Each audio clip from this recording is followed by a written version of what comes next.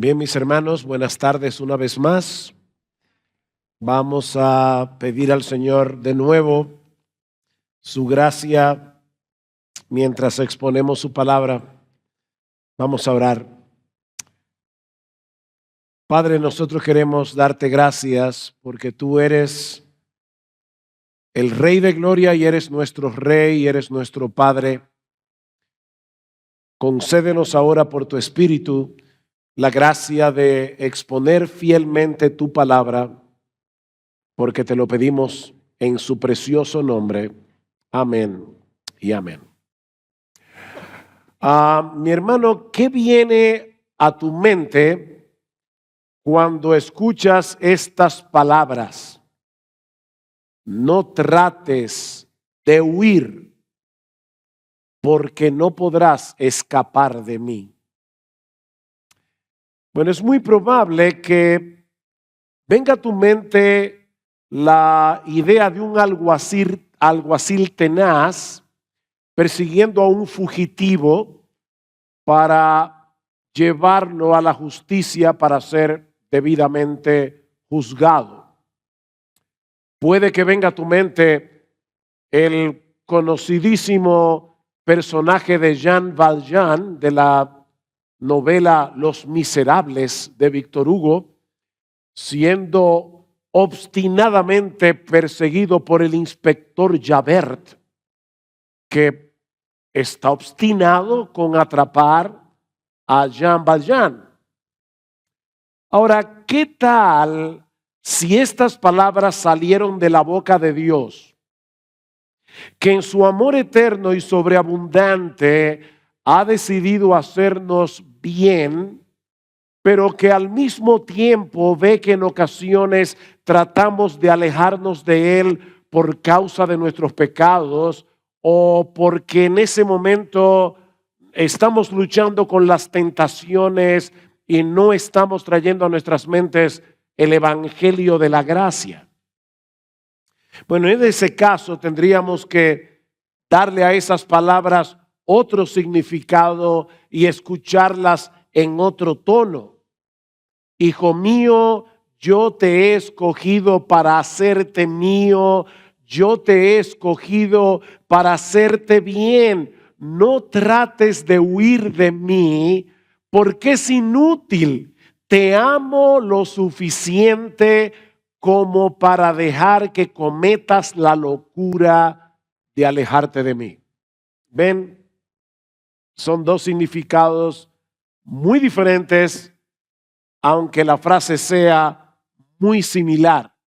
Bueno, yo supongo que eso era lo que el salmista tenía en mente cuando escribió el Salmo 139. Yo les pido por favor que vayan en sus Biblias al Salmo 139 y particularmente los versículos 7 al 12 que vamos a considerar en esta tarde al tratar el tema de la omnipresencia de Dios. Ahora, para poder tomar el contexto, vamos a leer desde el versículo 1 hasta el versículo 12 y luego los versículos 17 y 18. Dice así la palabra del Señor.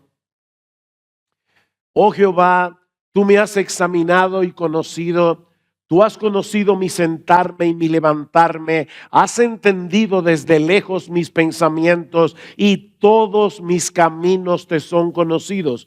Pues aún no está la palabra en mi lengua y he aquí, oh Jehová, tú la sabes todas. Detrás y delante me rodeaste y sobre mí pusiste tu mano.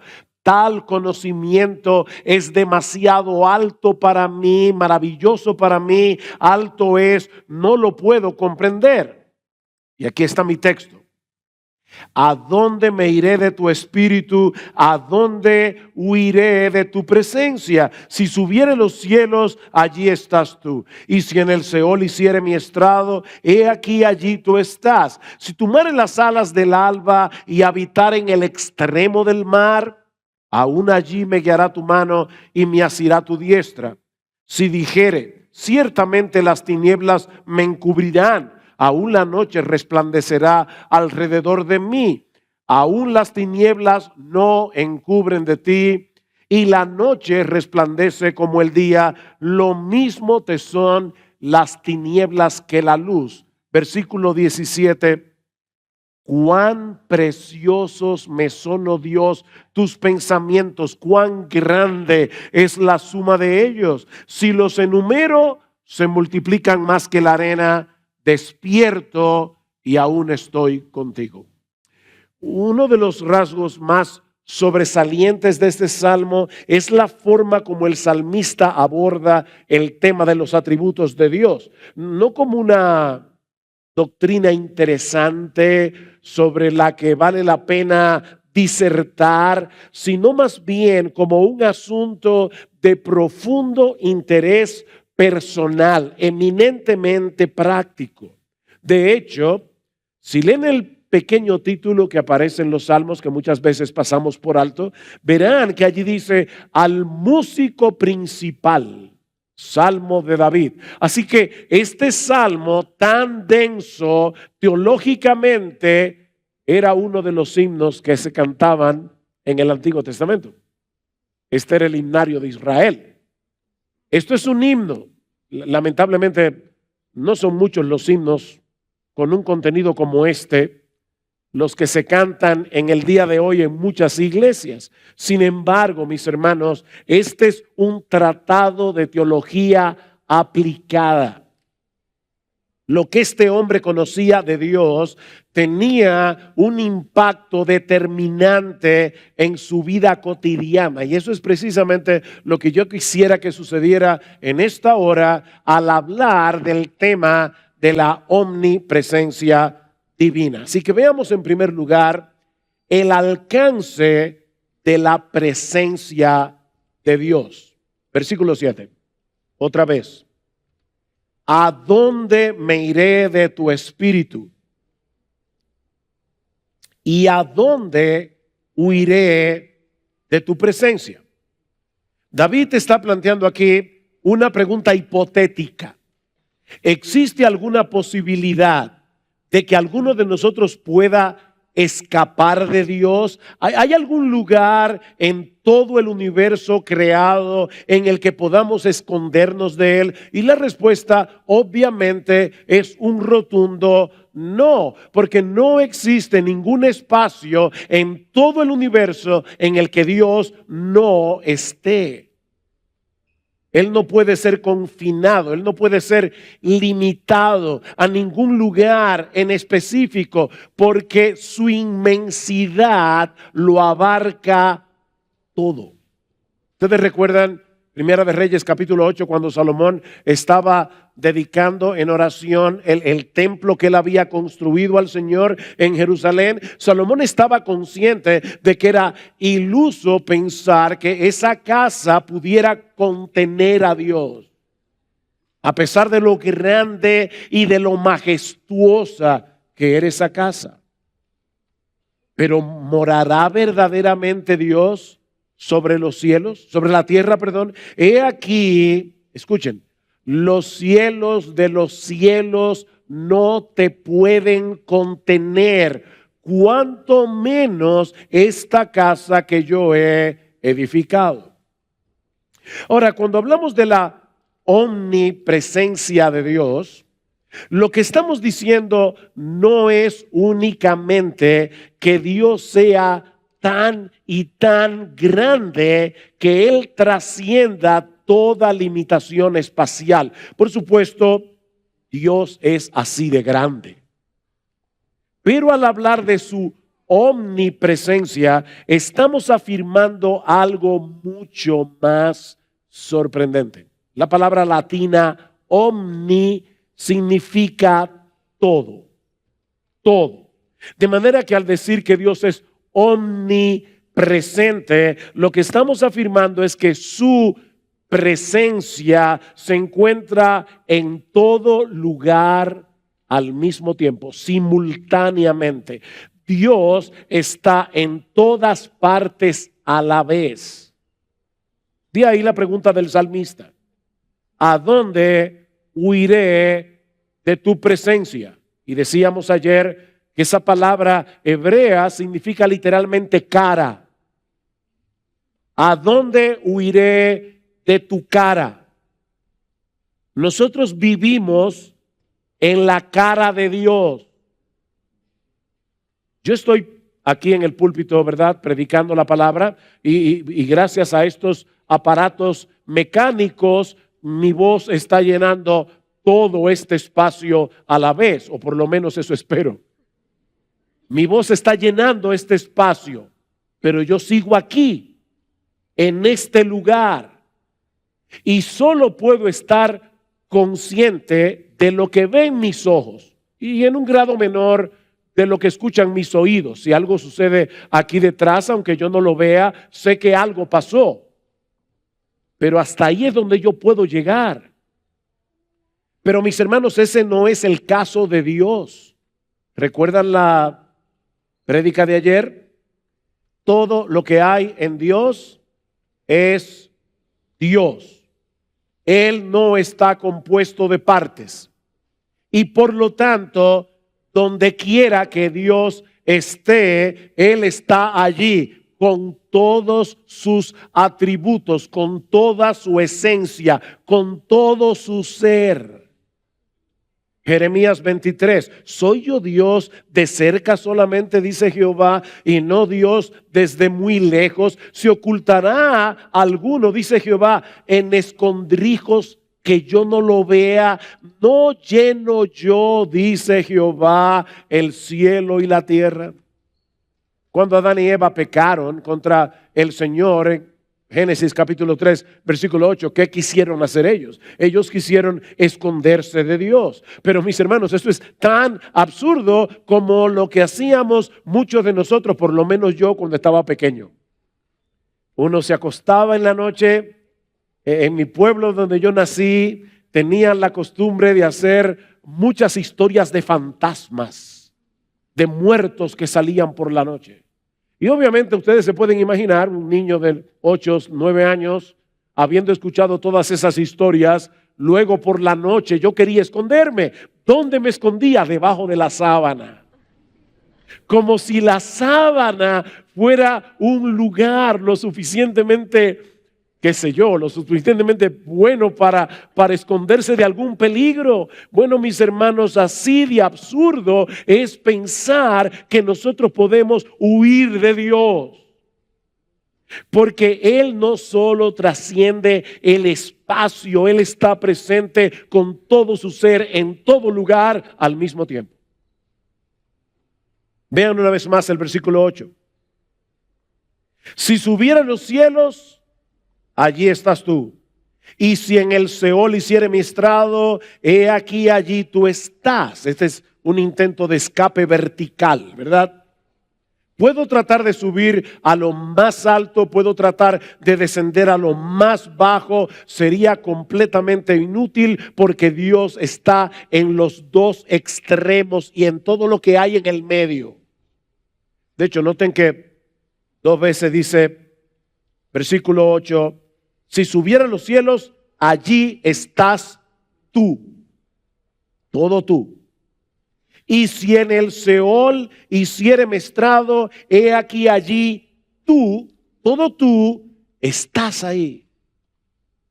O puedo intentar un escape horizontal, pero el resultado sería exactamente el mismo. Versículo 9, si tomare las alas del alba y habitar en el extremo del mar, aún allí me guiará tu mano y me asirá tu diestra.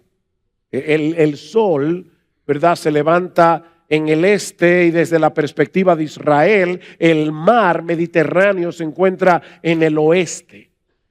De manera que si aún fuera posible huir con la rapidez de la luz a cualquiera de los dos extremos, al este o al oeste, sería completamente inútil.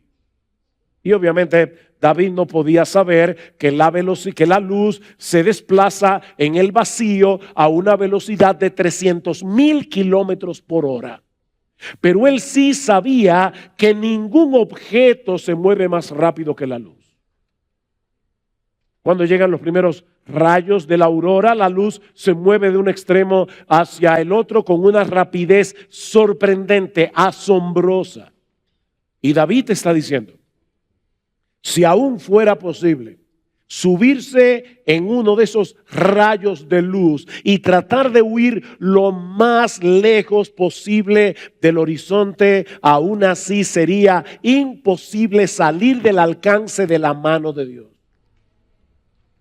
Esa fue la lección que Jonás aprendió a la mala. ¿Recuerdan cuando Jonás quiso evadir la encomienda de ir a predicar a Nínive? Se embarcó en una embarcación para huir al extremo opuesto, a Tarsis, probablemente a las costas de España, pero allí en medio del mar Mediterráneo se encontró cara a cara con la presencia de Dios. Pero el salmista quiere agotar todas las posibilidades. Así que ahora él se pregunta si acaso él pudiera ocultarse de Dios bajo el manto de la oscuridad y de la noche. Versículo 10. Versículo 11. Si dijere, ciertamente las tinieblas me encubrirán, aún la noche resplandecerá alrededor de mí, aún las tinieblas no encubren de ti, la noche resplandece como el día, lo mismo te son las tinieblas que la luz. Mis hermanos, todo intento de escapar de Dios es inútil. Porque Dios no solo trasciende el espacio, sino también la luz y las tinieblas. Aunque pudieras esconderte en el lugar más oscuro del planeta, el Dios omnisciente, el Dios omnipresente te vería y te escudriñaría como si estuvieras en el lugar más iluminado del mundo. Dice el salmista en el Salmo 98, has puesto nuestras iniquidades delante de ti. Oigan esto, hermano, nuestros pecados secretos a la luz de tu presencia. ¿Tú crees que alguna vez has hecho algo de lo que nadie se enteró? Bueno, ese nadie es relativo. Porque si hubo alguien que se enteró. No podemos ocultarnos de Dios. Es imposible. ¿Qué dice Pablo a los atenienses en Hechos capítulo 7, versículo 28? Porque en él vivimos, nos movemos y somos. Todo el tiempo estamos en la presencia de Dios. Dice el autor de la carta a los Hebreos, Hebreos capítulo 4, versículo 13, que no hay cosa creada que no sea manifiesta en su presencia, antes bien todas las cosas. Pastor, ¿y qué significa en griego todas las cosas? Todas las cosas. Todas las cosas. Todas las cosas, incluyéndote a ti, incluyéndome a mí, están desnudas y abiertas a los ojos de aquel a quien tenemos que darle cuentas. Decía C.S. Lewis, podemos ignorar la presencia de Dios, pero no podemos evadirla. El mundo está lleno de Él. Y me encanta esta frase. Dice Lewis, Él anda por todas partes de incógnito. No lo ves. No te apercibes, pero Él está ahí. Ahora, si somos creyentes, ese intento de escapar es innecesario. Porque yo me imagino que ya algunos deben estar aterrados. Ese intento de escapar, si tú eres creyente, es innecesario. Porque ese Dios omnisciente, ese Dios omnipresente, es ahora nuestro Padre por causa de nuestra unión con Cristo. Todos los que hemos sido perdonados, reconciliados en Él, no tenemos motivos para vivir aterrados por el hecho de vivir en la presencia de Dios. Sí debemos vivir en temor reverente, pero no aterrados. Si eres creyente. Si no eres creyente, tienes todas las razones del mundo para vivir en terror. Pensemos por un momento en una pareja de esposos que se aman intensamente. Los dos quieren vivir el uno junto al otro todo el tiempo. Yo no me imagino a un esposo que ama intensamente y genuinamente a su esposa pensando de esta manera: qué fastidio con esta mujer. Quiere estar conmigo todo el tiempo y no me deja tranquilo para poder mirar a otras mujeres. ¿Qué les parece? Bueno, mis hermanos, así es de absurdo el hecho de que alguien profese ser creyente, profese conocer al Dios lleno de gracia, al Dios lleno de bondad, que en Cristo ha venido a ser nuestro Padre, pero al mismo tiempo quisiera mantener a Dios lejos o por lo menos a una distancia prudente para poder pecar tranquilo. Para el creyente no existe un privilegio más grande ni un consuelo más profundo que el hecho de saber que estemos donde estemos, en las circunstancias que sea, estamos en la presencia de Dios. Versículo 10. Aún allí me guiará tu mano, aún allí me asirá tu diestra. Mis hermanos, es en la presencia de Dios, dice David en el Salmo 16, donde hay plenitud de gozo, delicias a su diestra para siempre.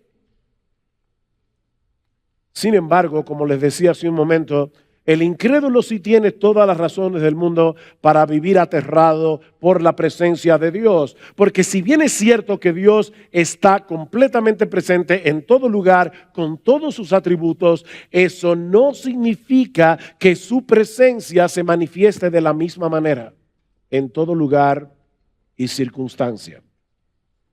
Lo que nos lleva a nuestro segundo encabezado. Ya vimos el alcance de la presencia de Dios. Veamos ahora en segundo lugar las diversas manifestaciones de la presencia de Dios. Todo Dios está en todo lugar a la vez, pero obrando de diversas maneras. Vamos a suponer que aquí tenemos a un padre humano que desde la pandemia está trabajando en casa.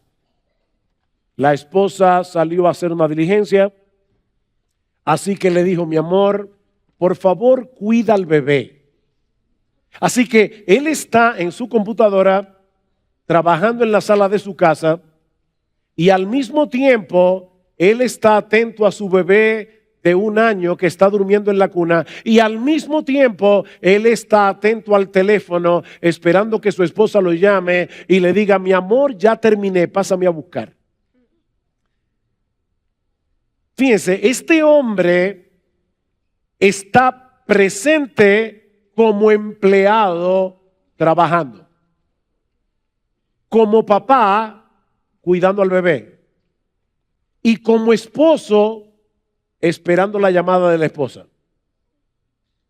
Bueno, apliquen eso a Dios en un sentido infinito. Y verán que Dios está presente en todo lugar, pero haciendo un montón de cosas a la vez, algunas de ellas muy distintas entre sí. Él está en todo lugar a la vez, sustentando su creación, examinando y juzgando a los malos y bendiciendo a los suyos. Todo a la vez. Déjenme explicar esto brevemente. Dios está presente en todo lugar sustentando la creación. Los científicos le llaman a esto las leyes de la naturaleza. ¿Por qué razón nuestro planeta va girando rotativamente tras su movimiento de rotación su movimiento de traslación alrededor del Sol en una forma ovalada, a una rapidez tan y tan rápido que si de repente el planeta pegara un frenazo, tú y yo pararíamos en Plutón. La pregunta es, ¿qué es lo que mantiene al planeta girando? Bueno, los científicos dan su explicación, pero ¿saben cuál es la explicación? Que Dios está atento a este planeta. Los científicos le llaman las leyes de la naturaleza, pero eso es un apellido, eso es un apodo para decir la mano de Dios.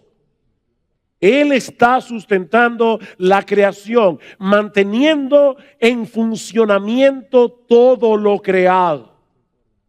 Colosenses 1:17, Pablo dice que es por medio de Cristo que todas las cosas se mantienen cohesionadas, formando un todo coherente, como dice el texto. El autor de la carta a los Hebreos dice que Él es quien sustenta todas las cosas con la palabra de su poder o con su palabra poderosa. Hebreos 1:3. Pero la Biblia también nos enseña que Dios está presente en todo lugar por medio de su autoridad y su justicia, examinando las acciones de los impíos y en su momento les dará su merecido. Por ejemplo, dice en Génesis capítulo 18, versículo 21, que Dios descendió sobre Sodoma y Gomorra para castigarlos por sus pecados. ¿Quiere esto decir que Dios se movió desde el cielo? No, en el cielo está el trono de Dios, pero como decía el puritano Stephen Charnock, el cielo no es la prisión de Dios. La idea no es que Dios se movió. Esto es lo que se conoce en la Biblia, ¿verdad? O en teología, mejor dicho, como un antropomorfismo. Dios usa palabras, ideas, metáforas, para que tú y yo, seres humanos limitados, podamos entender a Dios. Decía Juan Calvino que Dios balbucea en su palabra, para que tú y yo podamos entender. ¿Usted ha visto esos padres que a los niños de 1 año... Bueno, eso es lo que hace Dios a través de su palabra para que tú y yo podamos entender. Y nos rompe la cabeza. Este es el balbuceo de Dios. Lo que ese texto quiere decir es que el Dios omnipresente decidió traer sus justos juicios sobre Sodoma y Gomorra por causa de su maldad. Él no se había movido del lugar, pero su juicio descendió sobre ellos. Dice en Isaías 59:2, hablando de Israel, que sus iniquidades habían hecho separación entre vosotros y vuestro Dios, y vuestros pecados le han hecho esconder su rostro de vosotros para no escucharlos. ¿Se dan cuenta, hermanos, que no se trata de una distancia física, sino relacional? Hace unos años estaba dándole consejería a un par de esposo, esposa, que estaban muy mal entre ellos. Y los dos estaban sentados en un sofá, ella lo más pegada de este lado, él lo más pegado de este lado. Dos esposos pueden estar en el mismo lugar, en la misma habitación, en el mismo sofá y estar a kilómetros de distancia, relacionalmente hablando. Es una distancia relacional. Y eso es lo que está sucediendo aquí. Los israelitas querían la bendición de Dios, pero no querían arrepentirse de sus pecados, no querían dejar atrás sus iniquidades, y eso había hecho una separación relacional entre ellos y Dios. Así que Dios está presente en toda su creación, gobernando su creación. Él está presente en todo lugar, examinando y juzgando a los malos. Pero la mayoría de las veces en que la Biblia habla de la presencia de Dios, lo hace para hablar de cómo Dios está en medio de su pueblo para bendecirlo. Casi siempre en la Biblia se asocia la presencia de Dios con la bendición de Dios. Ustedes recuerdan cómo Pablo en Efesios capítulo 2, versículo 12, comparando cómo estaban los efesios cuando todavía no conocían al Señor Jesucristo antes de su conversión. Pablo les dice que ustedes estaban separados de Cristo, alejados de la ciudadanía de Israel, ajenos a los pactos de la promesa, sin esperanza, sin Dios en el mundo, pero ahora en Cristo Jesús. Vosotros que en otro tiempo estabais lejos, habéis sido hechos cercanos por la sangre de Cristo. Otra vez, hermanos, y perdonen que insista en eso, Pablo no está hablando aquí de que ellos estaban lejos de Dios físicamente, es una lejanía relacional. Y ahora estaban cerca. El teólogo Matthew Barrett lo explica con este ejemplo. Supón que tú estuvieras en un bote de motor y se descompone a 100 yardas de una isla. La gente de la isla es buena gente, por lo que atan una cuerda a tu bote, regresan a la isla y comienzan a alarte. Pregunta, ¿qué es lo que se mueve, el bote o la isla? Obviamente el bote. Pero ¿cómo lo percibes tú que estás en el bote? Que la isla se está acercando cada vez más. Bueno, mis hermanos, es lo mismo que ocurre con el Señor. Él es la roca inconmovible de los siglos. Pero mientras tu bote se mantenga anclado en Él, vas a poder ser arrastrado, dice Matthew Barrett, arrastrado a la seguridad de la roca en medio de la tormenta. Dios no se mueve, pero Él te hace percibir su presencia en una forma muy especial. O como dice Stephen Charnock, otra vez, no es Dios el que se acerca, somos nosotros los que somos atraídos hacia Él.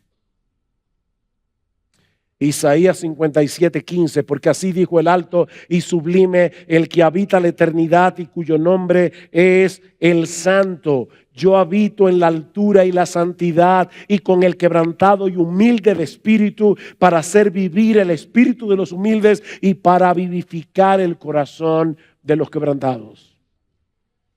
El que está en lo más alto viene a habitar con aquellos que tienen un corazón arrepentido y se humillan delante de Él.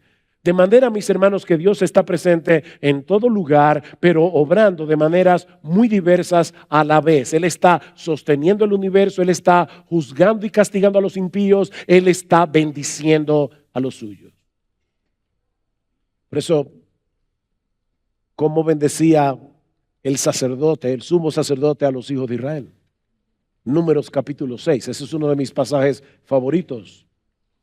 Así bendecirás a los hijos de Israel. Jehová te bendiga y te guarde. Jehová haga resplandecer su rostro sobre ti y tenga de ti misericordia. El Señor alce su rostro sobre ti y te dé paz. Esa es la bendición de estar en la presencia de Dios. De hecho, es en ese sentido que debemos entender la presencia de Dios en diversos lugares a través de la historia redentora. Dios estaba en el huerto del Edén, se paseaba por el aire del día. Dios estaba en el tabernáculo, Dios estaba en el templo. Ahora pregunta, ¿es que Dios estaba en el huerto del Edén con más de su esencia que lo que estaba en el resto del planeta? Por supuesto que no. Él es simple. Él está en todo lugar, con todos sus atributos al mismo tiempo. Pero Él estaba allí bendiciendo ese lugar en una forma muy especial. Y todo esto nos lleva a mi tercer encabezado. Ya vimos el alcance de la presencia de Dios, las manifestaciones de la presencia de Dios. Vemos ahora en tercer lugar la presencia de Dios en el nuevo pacto. La presencia de Dios en el nuevo pacto. Mis hermanos, ¿cuál es la manifestación más gloriosa, más extraordinaria, más sorprendente de la presencia de Dios? ¿Cuál es? Jesucristo. ¿Qué le dice el ángel a María ese niño se llamará Emmanuel, que traducido es Dios con nosotros. A través del Antiguo Testamento, Dios había hecho una serie de pactos con su pueblo, promesas a las que Dios había añadido un juramento. ¿Y cuál era la promesa esencial de todos esos pactos? Yo seré vuestro Dios, ustedes serán mi pueblo. La versión que más me gusta es la de Levítico 26:12. ¿Cuándo fue la última vez que leíste Levítico? Si hace mucho te perdiste esta promesa. Andaré entre vosotros y yo seré vuestro Dios y vosotros seréis mi pueblo. Andaré entre vosotros. Mis hermanos, ¿a qué les suenan esas palabras?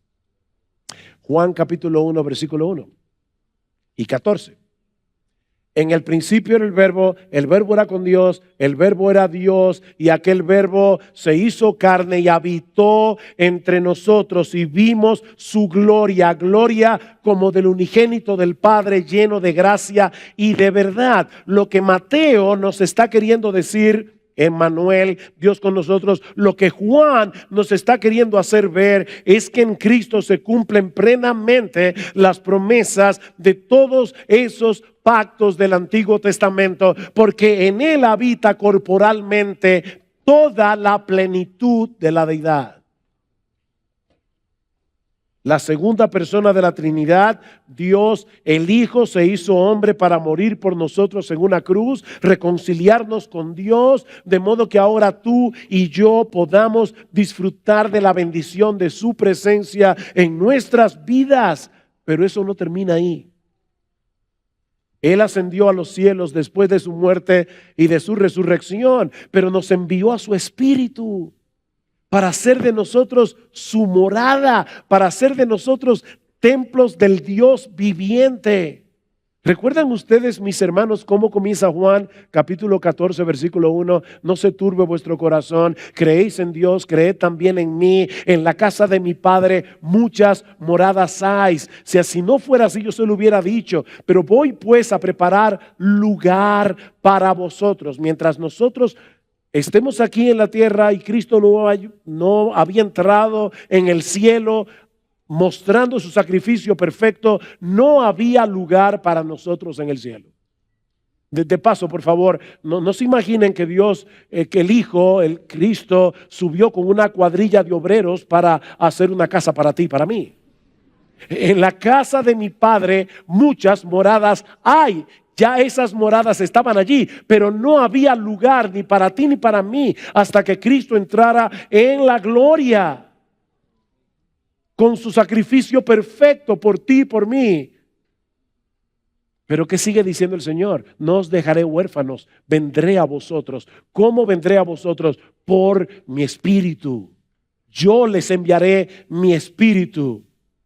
Así que mi Padre le amará y vendremos a Él y haremos morada con Él, si tú eres uno de sus hijos.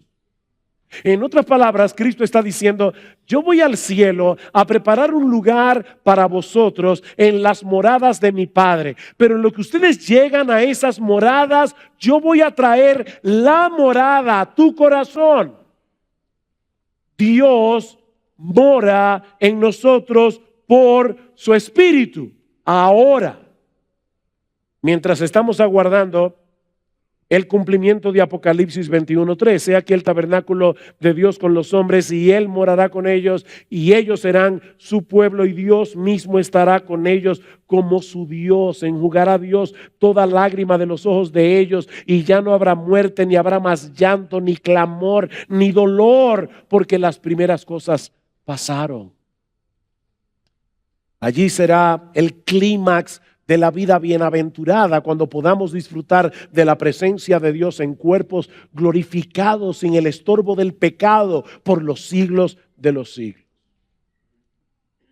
¿Se dan cuenta, mis hermanos, de lo importante que es esta doctrina de la omnipresencia de Dios?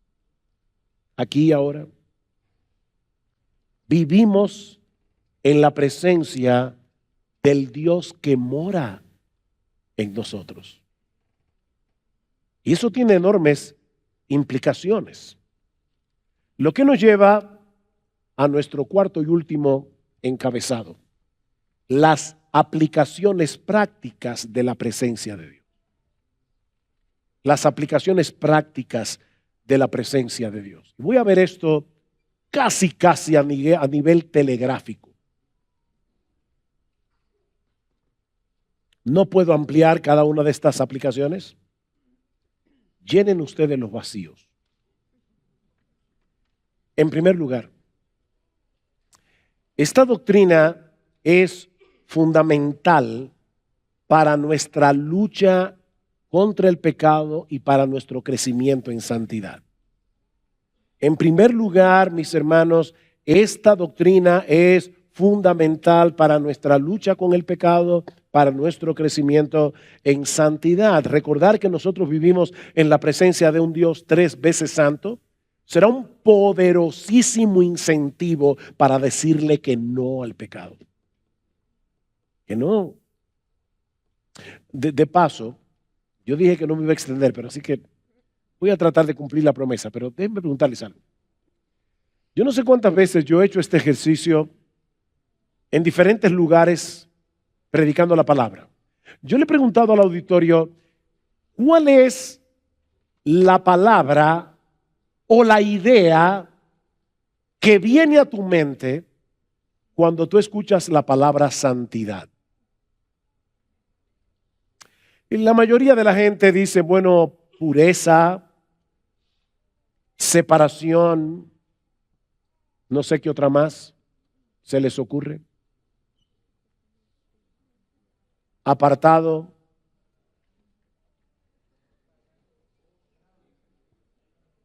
Limpio. ¿Saben que la mayoría de las veces que yo hago este ejercicio, casi nadie dice alegría?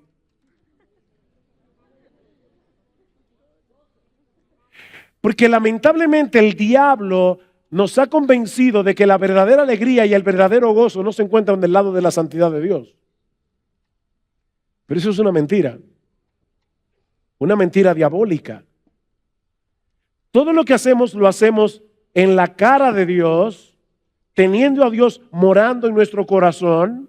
Eso debe movernos a la santidad, y el movernos a la santidad nos está llevando hacia el gozo, hacia la alegría.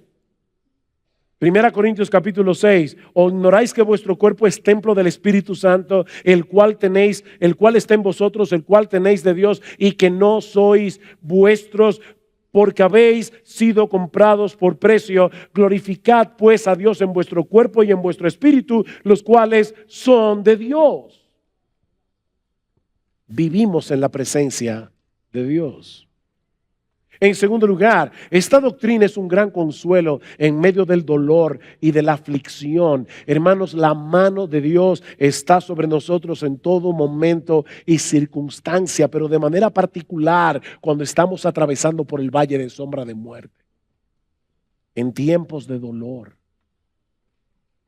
claman los justos y el Señor los oye y los libra de todas sus angustias, dice el Salmo 34:17. Escuchen, cercano está el Señor a los quebrantados de corazón y salva a los abatidos de espíritu. Mi hermano, mi hermana, tú estás sufriendo en este momento. Dios está más cerca de ti que nunca.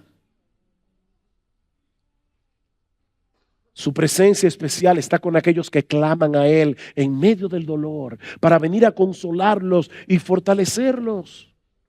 Piensa en el ejemplo de José, vendido por sus hermanos, encarcelado injustamente. Alguien decía, pocos lugares podían ser más angustiantes que una prisión en Egipto, pero el Señor estaba con José en ese lugar de angustia. Génesis 39:21. En tercer lugar, esta doctrina debe ser un incentivo para tener comunión con Dios y para depender de Él continuamente en oración. Mis hermanos, Él ha prometido estar con nosotros todos los días hasta el fin del mundo, sobre todo cuando estamos inmersos en el cumplimiento de la encomienda de hacer discípulos. Él está contigo, Él está ahí. Aprovecha todo momento para tener comunión con Él, para estar en una continua y deleitosa comunión con Él. Estás manejando, vas hacia el trabajo, te vas a encontrar con un cliente, tal vez no precisamente con el más agradable, con el más fácil de tratar. Señor, yo sé que estoy en tu presencia. Por favor, ayúdame. Por favor, dame paciencia. Dame sabiduría, dame gracia para poder tratar con este hombre. Aprovecha, mi hermano. Yo a veces pienso, en serio, y me duele cuando lo pienso, a veces me imagino al Señor como, ¿usted alguna vez ha estado en una boda donde lo sientan en la mesa en la que usted no conoce a nadie? Sí. Y está todo el mundo, ¿te acuerdas cuando fuimos juntos? Y tú estás en la luna de Valencia. Tú no entiendes nada, tú estás fuera de lugar. Te ignoran por completo. En ese momento tú eres invisible. De verdad, a veces yo me imagino al Señor en nuestra casa completamente ignorado. Él está ahí. Habla con Él. Ábrele tu corazón. Cuéntale lo que te preocupa. Aún comparte con Él tus quejas. Saben, hermanos, no es lo mismo quejarse de Dios que quejarse con Dios. Lee los salmos y allí te vas a encontrar con hombres muy sinceros que le dicen a Dios, como el salmista en el Salmo 13, ¿hasta cuándo? ¿Hasta cuándo? ¿Hasta cuándo? ¿Hasta cuándo? 4 veces en 2 versículos. ¿Hasta cuándo, Señor? No es lo mismo quejarte de Dios que quejarte con Dios. Ábrele tu corazón, que Él está ahí, a tu lado, 24/7. En tercer lugar, en cuarto lugar, la omnipresencia de Dios debe ayudar a los creyentes a luchar con el temor. A luchar con el temor. Alguien ha dicho, donde quiera que las pruebas te encuentren, escucha su promesa. No temas porque yo estoy contigo. No desmayes porque yo soy tu Dios que te esfuerzo. Siempre te ayudaré. Siempre te sustentaré con la diestra de tu justicia. Siempre. En quinto lugar, el hecho de que Dios manifieste su presencia especial en medio de su adoración y de su palabra debería traernos con expectativa a adorarle junto a su iglesia cada domingo. Cada domingo. La iglesia congregada es la casa del Dios viviente, dice Pablo en 1 Timoteo capítulo 3, versículo 15. Y no es que haya más presencia de Dios en el edificio de la iglesia que fuera de ella, pero Dios viene a bendecir a su pueblo por medio de su palabra cuando nos reunimos en su nombre, en su día. Y ¿saben lo que es todavía más sorprendente? Cristo está en medio nuestro, acompañándonos en nuestros cantos. Pastor, ¿y de dónde usted saca eso? De Hebreos capítulo 2. Dice en Hebreos capítulo 2, Cristo citando, o el apóstol aquí, al autor de Hebreos, citando el Salmo 22, dice Hebreos capítulo 2, versículo 12, dice que el Señor está allí diciendo, anunciaré a mis hermanos tu nombre, ese es Cristo, en medio de la congregación te alabaré. En medio de la congregación te alabaré. Edmund Clowney dice al respecto, hablando de este texto, por la presencia de su Espíritu, el Señor mismo está presente en su congregación mientras adoramos. En la congregación, dice Clowney, Jesús canta las alabanzas al Padre. ¿Te imaginas eso? Nosotros estamos allí cantando y Jesús está ahí al lado tuyo, cantando junto contigo.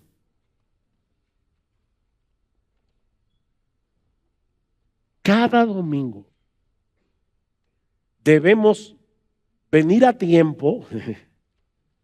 ¿Tú eres de los que llega tarde al culto?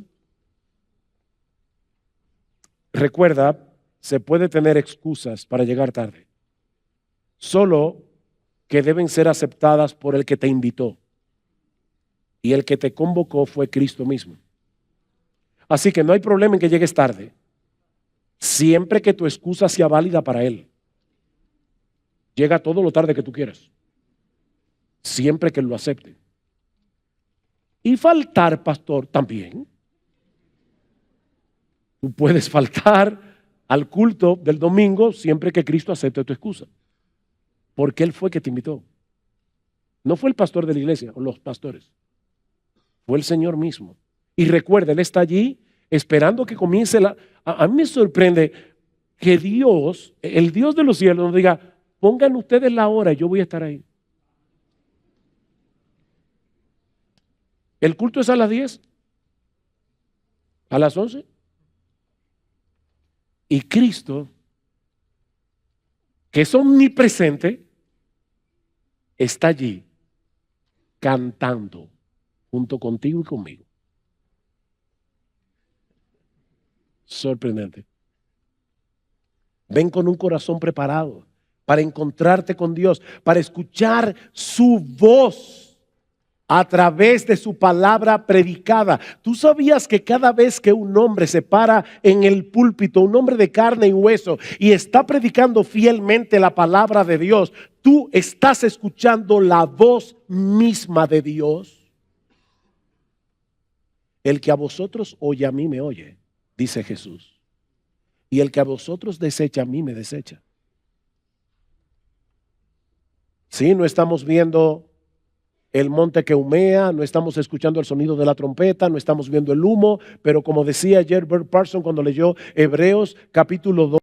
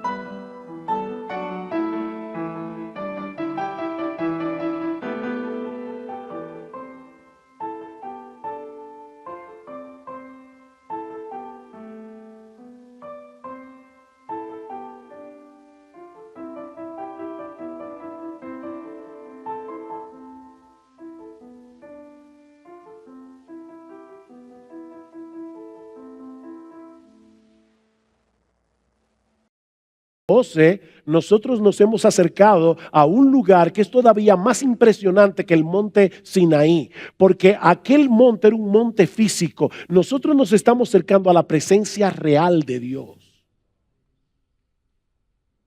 cuando nos congregamos para adorarle. Jehová dijo así: el cielo es mi trono, la tierra el estrado de mis pies.